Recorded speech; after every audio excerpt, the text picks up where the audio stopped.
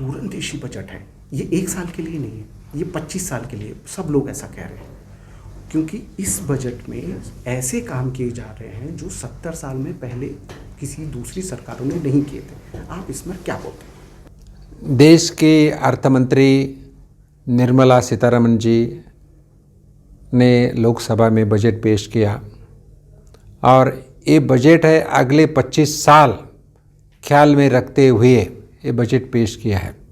इसमें अलग अलग योजनाएं अलग अलग क्षेत्र के और सभी लोगों के लिए इसका फ़ायदा कैसा हो इसका विचार किया है और मुझे पूरा भरोसा है इस बजट से आने वाले 1 साल में भारत देश में विकास के बहुत सारे काम होंगे और सभी का इसका फ़ायदा हो जाए। एक वित्त मंत्री और आप सभी ने जो टीम बजट थी उसने बहुत अच्छी योजना ला रहे हैं कि शहर और शहर के आसपास के इलाकों को विकसित करना है, और शहर का भी, शहरों का आधारभूत संरचना जो है इंफ्रास्ट्रक्चर डेवलपमेंट, जिसमें मेट्रो भी है, ग्रीन एनर्जी भी है, इन सब के लिए जो प्रयास करें वो क्या है? प्रधानमंत्री मोदी साहब ने कुछ साल पहले स्मार्ट सिटी की घोषणा की, जिसमें 100 शहर चुने गए हैं और इस शहर का 100 शहरों का और बाकी शहरों का विकास होना, इसलिए अलग अलग स्कीम्स हैं, जिसमें सॉलिड वेस्ट मैनेजमेंट के लिए पैसे दिए जाते हैं। उतना ही नहीं तो स्मार्ट सिटी के हज़ार करोड़ तक रुपए का पैसा दिया है। अमृत 2 के माध्यम से पीने के पानी के लिए पैसा दिया जाता है और शहर में चोरी नहीं होना बोल के कैमरे लगाने के लिए पैसे दिया जाते हैं, मेट्रो के लिए पैसे दिया जाते हैं, ग्रीन एनर्जी के लिए पैसे दिए जाते हैं। तो अलग अलग सुविधाएं अर्बन डेवलपमेंट मंत्रालय से भारत देश के टायर 1, 2, 3 शहरों के लिए दिया जाता है। जो छोटे उद्योग होते हैं, छोटे मधु लघु उद्योग जिसको MSME कहते हैं, उसको लेकर राहुल गांधी बार बार सवाल उठा रहे थे, लेकिन यदि हम आंकड़े देखें मिनिस्ट्री ऑफ कॉमर्स के तो वो बहुत अच्छे हैं। सरकार ने पेंडेमिक के समय में भी, जो माननीय वित्त मंत्री ने भी कहा, आप लोग भी कह रहे हैं कि उसके लिए बहुत काम कर रहे हैं। तो अब सरकार उस जो भी छोटे प्रोडक्ट होते हैं, जैसे शहद की बात थी, अब वो कोशिश कर रहे हैं कि ई-कॉमर्स के माध्यम से इन सभी प्रोडक्ट को विदेश भेजेंगे, ताकि एक्सपोर्ट से छोटी जगहों के उसको जोड़ना। वो क्या है जिसमें एक जिला एक प्रोडक्ट वाला? यस प्रधानमंत्री जी का सपना है एक जिले में एक प्रोडक्ट का इनकम या उत्पादन बढ़े और वो उत्पादन बढ़ने के बाद उसको एक्सपोर्ट भी करें। मैं बताना चाहता हूँ इस देश में 112 डिस्ट्रिक्ट जो एस्पिरेशनल डिस्ट्रिक्ट्स हैं, जो महत्वाकांक्षी जिले हैं, उधर भी उनका विकास कैसा हो उनकी इसीलिए उनकी कोशिश है। और MSME के माध्यम से इस छोटे छोटे एरिया में छोटी छोटी इंडस्ट्री कैसी हो, तो उसी के लिए 4.5 लाख करोड़ आत्मनिर्भर भारत के अंदर पैसा रखा था और ये स्कीम को डिमांड बहुत ही अच्छा है। तो इसी का डेट 31 मार्च 2023 तक आज घोषित किया है। उसी के साथ एक नई स्कीम कुछ महीने पहले डिक्लेयर किया है, उसको प्रोडक्ट लिंक्ड इंसेंटिव स्कीम है और इस माध्यम से ज़्यादा अगर प्रोडक्शन हुआ तो उनको टैक्सेशन में इंसेंटिव मिलता है, उनको इंटरेस्ट कम लिया जाता है। तो ये भी नई चीज़ है।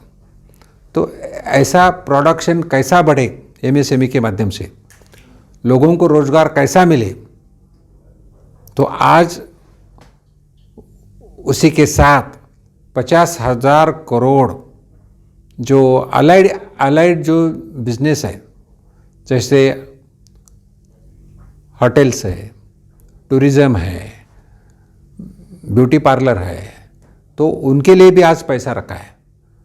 तो मैं बताना चाहता हूँ ये छोटे बोल तो मध्यम लोगों के लिए मध्यम लोगों का व्यवसाय बढ़ने के लिए ये स्कीम है और इसी का पूरा ख्याल आज के बजट में किया है। सर, प्रधानमंत्री गो लोकल कर एक उन्होंने स्कीम की कि लोकल गोज ग्लोबल, मतलब जैसे नागपुर का संतरा, वो ये कह रहे हैं कि ऐसे हर डिस्ट्रिक्ट से, हर जगहों से जो लोकल उनका अपना प्रोडक्ट था जो पुराने समय से चल रहा था, जैसे भदोई के कालीन है तो कहीं के बर्तन होते हैं, अलग अलग हमारे जो लोकल बहुत पुरानी चीज़ों के प्रोडक्ट थे उनको फिर से खड़ा करना है उन इंडस्ट्रीज़ को, और उन्हें इतना सक्षम बनाना है वो भी टेक्नोलॉजी का उपयोग करते हुए ई कॉमर्स के जरिए कि वो सामान बाहर भेज सकें। वो क्या है महाराष्ट्र में, क्या ऐसा कुछ होगा? ऐसे कौन से हैं जहाँ पर आप लोग कर सकते हैं? प्रधानमंत्री जी ने घोषणा किया है वोकल फॉर लोकल। तो लोकल जो जो प्रोडक्ट बनते हैं उसको मार्केट डेवलप करके देना है। इसमें नाबार्ड जो बैंक है गवर्नमेंट ऑफ इंडिया की, वो भी सहायता करती है। इसमें बहुत सारे सेल्फ हेल्प ग्रुप जो बचत गट, उनको भी अंदर लिया है, उनको भी पैसा दिया जा रहा है। और छोटा छोटा प्रोडक्शन बना के उसका मार्केटिंग कैसा हो और उसका यूटिलाइजेशन कैसा हो, इसलिए प्रधानमंत्री जी के नेतृत्व में पूरे देश में जन जागरण मुहिम हो रही है। और महिला हो, छोटे छोटे उद्योजक हो काम कर रहे, और इनका कैपेसिटी दायरा बहुत ही बढ़ रहा है। तो मुझे पूरा भरोसा है कि एक ज़िले में एक प्रोडक्ट, समझो अभी आप नागपुर की बात करें, नागपुर में संतरी है मैं औरंगाबाद से आता हूँ, संभाजीनगर में मेज़ यानी मक्का का प्रोडक्ट है। हमारे पास उस्मानाबाद डिस्ट्रिक्ट है, उधर खवा बनता है, मिल्क के लिए फेमस है वो। तो ऐसा अलग अलग डिस्ट्रिक्ट में अलग अलग प्रोडक्ट का प्रोडक्शन बने, उसका मार्केट बनाए और मार्केट बना के वहाँ उद्योजक तैयार हुए, ऐसी एक संकल्पना है। अब बात आती है बेरोजगारी को लेकर। बार बार विपक्ष इस बात पर सरकार को टारगेट करता है, लेकिन जो एक आधार बना रहे हैं आप लोग, वोकल फॉर लोकल, MSMEs, इन सब के तहत है, उसके साथ साथ आधारभूत संरचना मतलब रोड और इन सब के लिए भी केंद्र सरकार ने और ज़्यादा पैसा राज्यों को दिया है अभी। तो बेरोजगारी दूर करने के लिए सरकार के क्या प्रयास हो रहे हैं? बेरोजगार लोगों के लिए रोजगार उपलब्ध करना ये सरकार की प्राथमिकता है।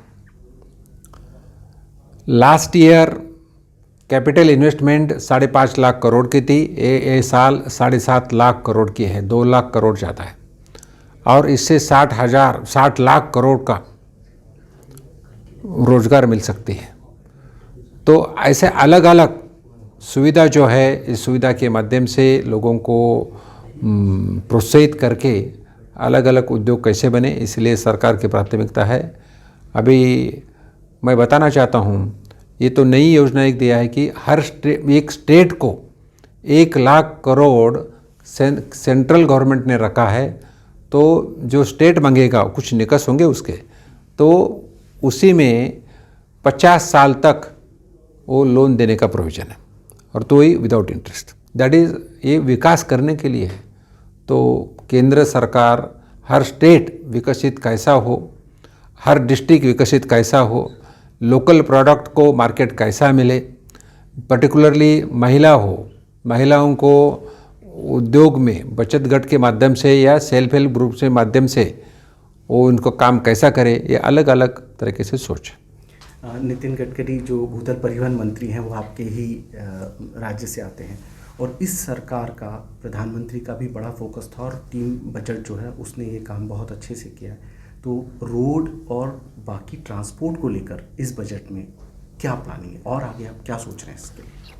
ट्रांसपोर्ट में इस बजट में ये साल 25,000 करोड़, 25,000 किलोमीटर नेशनल हाईवे बनाने का घोषणा किया है। और नेशनल हाईवे का महाराष्ट्र में नहीं, पूरे देश में एक का जाला बहुत ही नेशनल हाईवे बन चुके हैं। तो उसी तरह से अलग अलग रेल है, रेल के लिए 400 रेलगाड़ी, वंदे मातरम रेलगाड़ी चलने वाले हैं, तो अलग अलग दिया है। तो एयरपोर्ट्स है, 100 एयरपोर्ट्स विकसित करने वाले हैं, ऐसा अलग अलग घोषणा आज किया है। अब कुछ बिल्कुल जनरल सवाल, एक तो क्रिप्टो करेंसी को लेकर आज उन्होंने कहा कि ये करेंसी नहीं, क्योंकि आरबीआई जिसे करता है, रिलीज करता है, वही करेंसी है। तो सरकार का क्रिप्टो करेंसी पर क्या स्टैंड है? क्रिप्टो करेंसी या क्रिप्टो के माध्यम से जो इनकम हो चुका है, उस इनकम को एसेट समझ के 30% टैक्स लगाया है। आज ही घोषणा हो चुकी है। ये क्रिप्टो करेंसी में जो ट्रांजैक्शंस हुआ है उसके ऊपर टीडीएस भी लगने वाला है। लेकिन भारत सरकार ने एक डिसीजन लिया है जिसमें डिजिटल करेंसी लाने का सोच है, जिसका गवर्निंग आरबीआई रहेगा, गवर्नेंस, और जो पब्लिक सेक्टर बैंक है, स्टेट बैंक ऑफ इंडिया जैसी बड़ी बैंक रहेंगी, और ये डिजिटल करेंसी के माध्यम से लोगों को व्यवहार करने के लिए बहुत सुविधा उपलब्ध होंगी, ये ट्रांसपेरेंसी रहेंगी और भ्रष्टाचार कम होगा। तो ये बहुत ही नया सोच और नया पहल विकास के लिए है। आखिरी सवाल सर, विपक्ष को लेकर राहुल गांधी के जो हमले हो रहे हैं और विपक्ष जो बार बार, लेकिन विपक्ष के जवाब जो आ रहे हैं, जो वो कमेंट कर रहे हैं, उसमें कहीं भी कोई आंकड़े नहीं है, सिर्फ वो कमेंट कर रहे हैं। जैसा कि माननीय वित्त मंत्री निर्मला सीतारमण ने अपने पोस्ट बजट उसमें कहा, उन्होंने कहा कि उन्होंने पढ़ा नहीं है, बोल दिया है। तो क्या आप लोगों ने कुछ छोड़ा नहीं उनके बोलने के लिए? विपक्ष लोगों का काम ही है आलोचना करना, वो आलोचना कर रहे हैं। उन्होंने बजट देखना चाहिए और बाद में बात करना चाहिए, बजट को समझना चाहिए। हर क्षेत्र में प्रधानमंत्री मोदी जी के नेतृत्व में अर्थ मंत्री निर्मला सीतारमण मैडम ने हर क्षेत्र का विकास करने के लिए पैसा रखा है, और मुझे पूरा भरोसा है आने वाले साल में हर क्षेत्र में अच्छा काम होगा और विकास हो जाएगा। और इलेक्शन में क्या, आने वाले असेंबली इलेक्शंस के लिए भाजपा जीतेगा, हर जगह भाजपा जीतेगा, क्योंकि काम हमारे पास प्रधानमंत्री मोदी जी जैसा नेता है।